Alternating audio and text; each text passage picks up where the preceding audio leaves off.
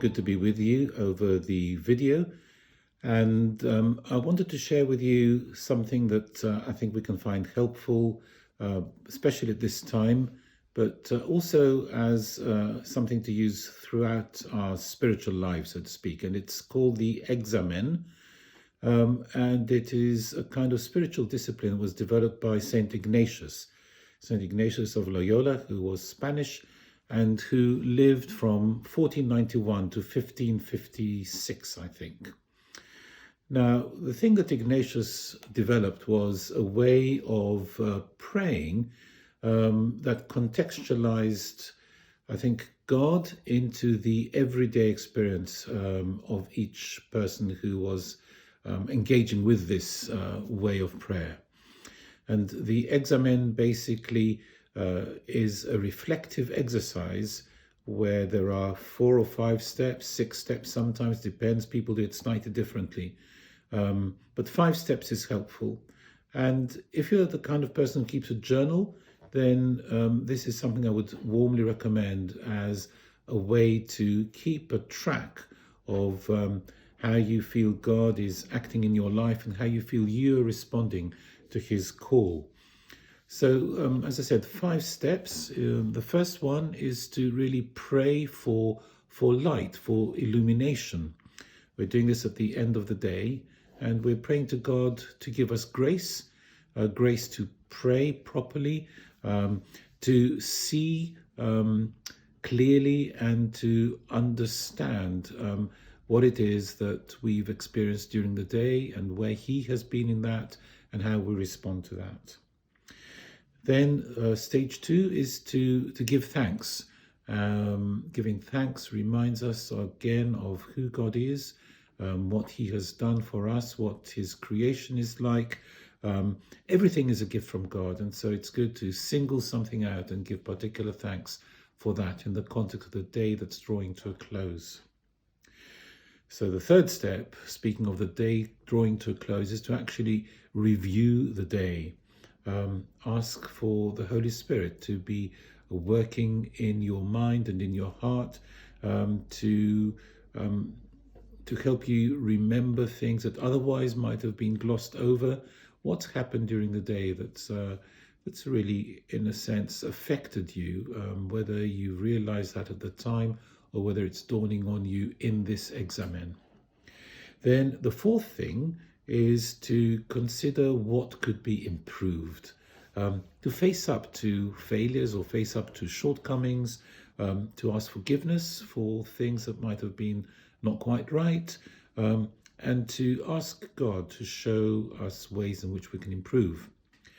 And then the fifth and final stage is to make a resolution regarding what you might do tomorrow. Where do you need God's help now, tonight, if you're doing this at night, in order to wake up with the resolve the next morning to do something slightly differently or to do something that hasn't been done? Now, for years, I'd heard people talking about the Examen as being a little bit of a confession.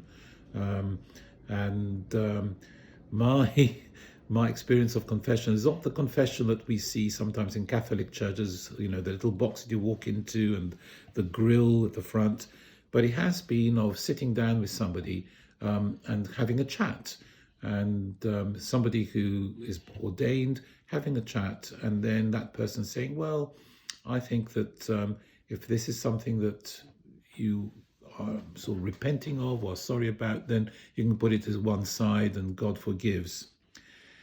It's not like that. The Examen is not that kind of self-assessment and self-evaluation and as I used to see it in the past, self-abasement even. No, it is something that helps to build us up and that says to us, God is with us in every detail of our daily lives.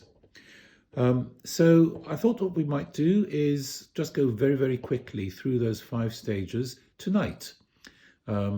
Here we are, it's the 23rd of March 2020, and Boris Johnson has just announced the lockdown. And I look back on a day that I've spent entirely at home. I can't say cooped up because it's not that kind of home. There's a garden at the back, there's 4 floors, so Bonnie and I are very, very fortunate, but it has been a day spent entirely at home.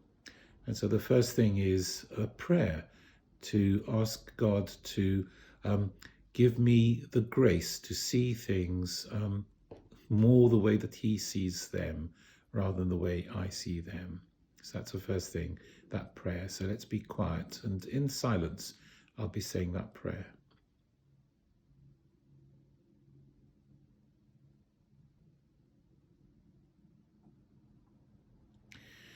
And then stage 2 is to be giving thanks for something that strikes you as being a gift from God in your life. And for me, I think today I didn't spend the day alone, but I spent the day with Bonnie, because Bonnie also is working from home. And so this was a gift. Very rarely do we spend so many hours together, unless we're on holiday. And but that's a different kind of thing, isn't it? So she was working, I was working, and here we were in close proximity, sharing the day from breakfast time right through to dinner time and beyond. And so that is a thing I'm giving thanks for tonight. Giving thanks for Bonnie and me having been able to spend this day together. And then the third thing is to review the day. And I'm reviewing the day, I think, more in the sense of what it is that I've been able to do, rather than the events that are happening outside. Although, of course, those cannot be belittled. But I was able to have several Zoom conversations. I engaged in Zoom prayer 3 times. I was speaking to colleagues in the deanery. I was able to do some work on strategic planning for the Stepney area. I was able to speak with our daughters a couple of times. And so as I review the day, I can see a rhythm of work and of meal times and of time spent communicating with loved ones. And that to me was something that felt good. It felt solid. It felt I felt well about it. And the next thing to do is to think, well, what is it that might have been better? And I think, again, thinking about the day, that what might have been better would have been a more efficient use of time. So still getting to grips with this way of working. And I'm finding that I'm spending more time faffing around a little bit, whether it's with the technology or whether I'm looking for a book or whether I can't quite sit down and pretend that I'm in my office, so to speak, at my desk, because I'm in a completely domestic environment. And so what I want to be able to do is to have more self-discipline, I think. I think I was lacking in the area of self-discipline this day. And then finally, a resolution for the day to come. What do I need God's help for in the day ahead? And I think that sense of self-discipline is what comes back to me. I think that's what the Holy Spirit is telling me, that He's telling me to invest a little bit in the system, so to speak, in the way I set things up, in the way I order my time at the beginning of the day, so that there might be more order in the day, because there will always be things that tend to drag you away from what you've set out to do, things that distract.